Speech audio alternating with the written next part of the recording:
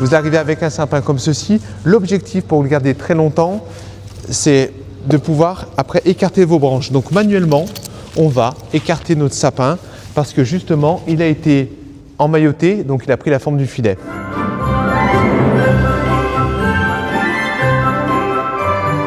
La chose importante, dans vos appartements chauffés ou à maison chauffée, vous pouvez soit le pulvériser, simplement avec de l'eau et un pulvérisateur.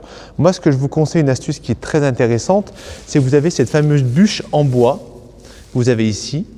Donc, tout simplement, achetez une bassine assez grande, assez large. Vous allez mettre votre sapin directement dans cette bassine-là, la remplir d'eau à ras-bord et ça va permettre à votre sapin d'avoir une durée dans le temps qui est beaucoup plus importante parce que vous allez justement le réhydrater tout simplement. Et généralement, vous savez, Noël se fait à rallonge, jour de l'an, et les gens le profitent très longtemps.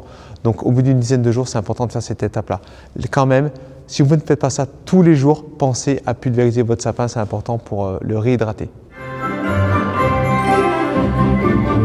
N'allez pas le jeter en plein milieu de la nature. Il existe, grâce à la métropole, vous avez des parcs ou des endroits spécifiques pour récupérer vos sapins après les fêtes de Noël. Ils sont transformés en compost ou en copeaux. Donc par la suite, et si jamais vous souhaitez faire ça chez vous, je vous conseille d'attendre un peu, au moins 2-3 ans avant de faire du compost d'un sapin parce que vous avez un pH qui est acide, vous risquez de faire un effet inverse. Et autrement, vous avez éventuellement certains agriculteurs qui sont intéressés pour nourrir leurs bêtes, notamment brebis et moutons. Ils prennent ça gracieusement et en fait les bêtes vont pouvoir se nourrir avec vos sapins après Noël.